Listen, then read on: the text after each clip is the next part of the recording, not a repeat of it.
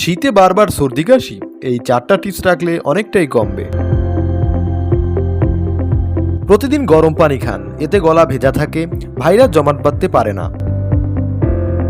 বাইরে গেলে নাক মুখ ঢেকে রাখুন, ঠান্ডা বাতাস শ্বাসে গেলে সর্দি বাড়ে।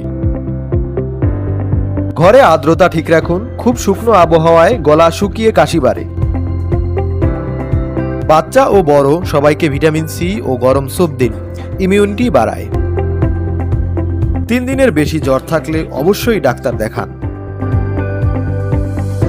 এরকম আরও প্রয়োজনীয় ভিডিও পেতে সাবস্ক্রাইব এবং ফলো করে সাথেই থাকুন। ধন্যবাদ।